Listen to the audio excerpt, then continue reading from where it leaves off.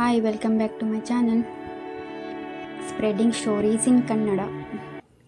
ಇವತ್ತಿನ ವಿಡಿಯೋದಲ್ಲಿ ತುಳಸಿಯ ಬಗ್ಗೆ ನೋಡೋಣ ಬನ್ನಿ. ಈ ಸಮಯದಲ್ಲಿ ತುಳಸಿಗೆ ನೀರನ್ನು ಅರ್ಪಿಸಿದರೆ ಭಾಗ್ಯದ ಬಾಗಿಲು ತೆರೆಯುತ್ತದೆ. ಪ್ರತಿಯೊಂದು ಮನೆಯಲ್ಲೂ ತುಳಸಿ ಗಿಡ ಇರುವುದು ಸಾಮಾನ್ಯ ಹಾಗೂ ಅದರಂತೆ ತುಳಸಿಯನ್ನು ನಿತ್ಯವೂ ಪೂಜಿಸಲಾಗುತ್ತದೆ. ತುಳಸಿಯನ್ನು ಪೂಜಿಸುವ ಮನೆಯಲ್ಲಿ ಲಕ್ಷ್ಮೀದೇವಿ ನೆಲೆಸಿದ್ದಾಳೆ ಎಂದು ಹೇಳಲಾಗುತ್ತದೆ. ಏಕೆಂದರೆ ತುಳಸಿಯನ್ನು ಲಕ್ಷ್ಮೀದೇವಿಯ ರೂಪವೆಂದು ಪರಿಗಣಿಸಲಾಗುತ್ತದೆ. ಹಿಂದೂ ಧರ್ಮದಲ್ಲಿ ಮಹಿಳೆಯರು ಪ್ರತಿದಿನ ಬೆಳಿಗ್ಗೆ ತುಳಸಿ ಗಿಡಕ್ಕೆ ನೀರನ್ನು ಅರ್ಪಿಸುತ್ತಾರೆ ಮತ್ತು ಸಂಜೆ ತುಪ್ಪದ ದೀಪವನ್ನು ಬೆಳೆಸುತ್ತಾರೆ. ಹೀಗೆ ಮಾಡುವುದರಿಂದ ತಾಯಿ ಲಕ್ಷ್ಮಿಯು ಪ್ರಸನ್ನಳಾಗಿ ಆಶೀರ್ವಾದವನ್ನು ನೀಡುತ್ತಾಳೆ. ಆದರೆ ಜನರು ತುಳಸಿಯನ್ನು ಪೂಜಿಸುವಾಗ ಅನೇಕ ಬಾರಿ ಕೆಲವು ತಪ್ಪುಗಳನ್ನು ಮಾಡುತ್ತಾರೆ. ಇದರಿಂದಾಗಿ ಅವರು ಲಕ್ಷ್ಮೀ ದೇವಿಯ ಅಸಮಾಧಾನವನ್ನು ಎದುರಿಸಬೇಕಾಗುತ್ತದೆ. ಇಂತಹ ಪರಿಸ್ಥಿತಿಯಲ್ಲಿ ತುಳಸಿಗೆ ನೀರನ್ನು ಅರ್ಪಿಸುವುದರಿಂದ ಹಿಡಿದು ಪೂಜೆಗೆ ಸಂಬಂಧಿಸಿದ ಎಲ್ಲ ನಿಯಮಗಳ ಬಗ್ಗೆ ಸರಿಯಾದ ಜ್ಞಾನವನ್ನು ಹೊಂದಿಕೊಳ್ಳುವುದು ಬಹಳ ಮುಖ್ಯವಾಗಿದೆ.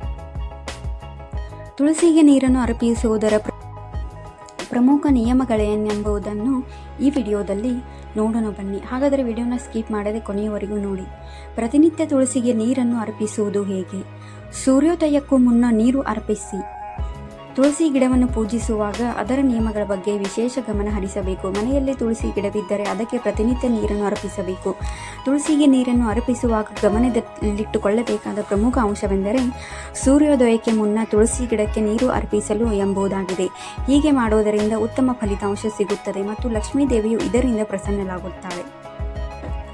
ಇನ್ನು ಇಂತಹ ಬಟ್ಟೆಯಲ್ಲಿ ತುಳಸಿಗೆ ನೀರು ನೀಡದಿರಿ. ಸಾಮಾನ್ಯವಾಗಿ ಬೆಳಗ್ಗೆ ಸ್ನಾನ ಮಾಡಿದ ನಂತರ ಜನರು ಒದ್ದೆಯಾದ ಬಟ್ಟೆಗಳನ್ನು ಧರಿಸುತ್ತಾರೆ ಮತ್ತು ತುಳಸಿಗೆ ನೀರನ್ನು ಅರ್ಪಿಸುತ್ತಾರೆ. ಈ ರೀತಿ ಮಾಡುವುದನ್ನು ಶಾಸ್ತ್ರಗಳಲ್ಲಿ ತಪ್ಪೆಂದು ಪರಿಗಣಿಸಲಾಗುತ್ತದೆ.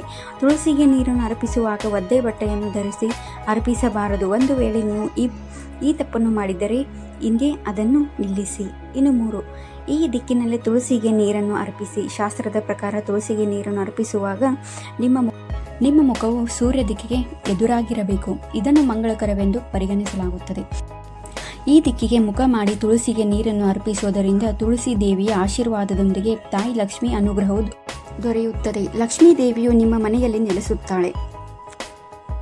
ಇನ್ನು ಈ ದೇವರನ್ನು ಸ್ಮರಿಸಿ. ತುಳಸಿಗೆ ನೀರನ್ನು ಅರ್ಪಿಸಲು ಒಬ್ಬರು ತಾಮ್ರದ ಪಾತ್ರೆಯನ್ನು ಮಾತ್ರ ಬಳಸಬೇಕು ಮತ್ತು ನೀರನ್ನು ಅರ್ಪಿಸುವಾಗ ಒಬ್ಬರು ವಿಷ್ಣು ಮತ್ತು ತಾಯಿ ಲಕ್ಷ್ಮಿಯನ್ನು ಮನಸ್ಸಿನಲ್ಲಿ ಪ್ರಾರ್ಥನೆ ಮಾಡಿಕೊಳ್ಳಬೇಕು. ಇದು ಮಂಗಳಕರ ಫಲಿತಾಂಶವನ್ನು ತರುತ್ತದೆ ಮತ್ತು ಸಂಪತ್ತಿನ ದಾರಿಯನ್ನು ತರುತ್ತದೆ.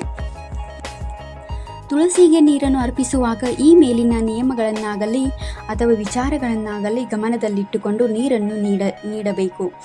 ಹೀಗೆ ತುಳಸಿಗೆ ನೀರನ್ನು ನೀಡಿದಾಗ ಮಾತ್ರ ಅದು ನಮಗೆ ಪ್ರಯೋಜನಕಾರಿಯಾಗುತ್ತದೆ ಎಂದು ಹೇಳಲಾಗಿದೆ.